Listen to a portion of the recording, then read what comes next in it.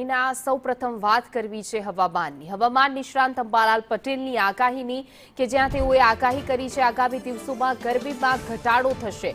મધ્ય ગુજરાતમાં તાપમાન 41 ડિગ્રીએ પહોંચશે।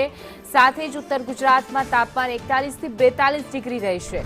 સાથે કચ્છના ભાગમાં 40 ડિગ્રી આસપાસ તાપમાન રહે તેવું અનુમાન વ્યક્ત કરવામાં આવ્યું છે, જ્યારે રાજકોટમાં 40 ડિગ્રી આસપાસ તાપમાન રહેશે। અંબાલાલ પટેલની આગાહી છે પશ્ચિમ સૌરાષ્ટ્રમાં તાપમાન 32 ડિગ્રી આસપાસ રહેશે, તો 2 થી 3 ડિગ્રી જેટલો ઘટાડો નોંધાય તેવી શક્યતા હવામાન નિષ્ણાંત અંબાલાલ પટેલે વ્યક્ત કરી છે। તો આગામી દિવસોમાં ગરમીમાં ઘટાડો થશે, ગરમીમાંથી આંશિક રાહત મળી શકે છે।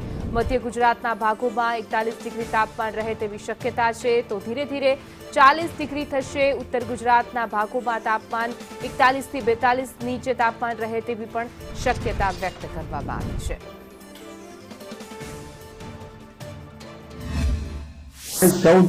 તારીખ 15 સુધી મહત્તમ ઉષ્ણતામાન ઘટવાની શક્યતા છે।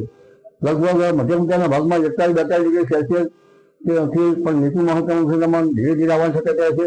ઉત્તર ગુજરાતના ભાગમાં મહત્તમ ઉષ્ણતામાન 41-42 ડિગ્રી સેલ્સિયસથી નીચું આવવાની શક્યતા છે। કચ્છના ભાગમાં 40 ડિગ્રી સેલ્સિયસ આસપાસ મહત્તમ ઉષ્ણતામાન રહેવાની શક્યતા રહેશે।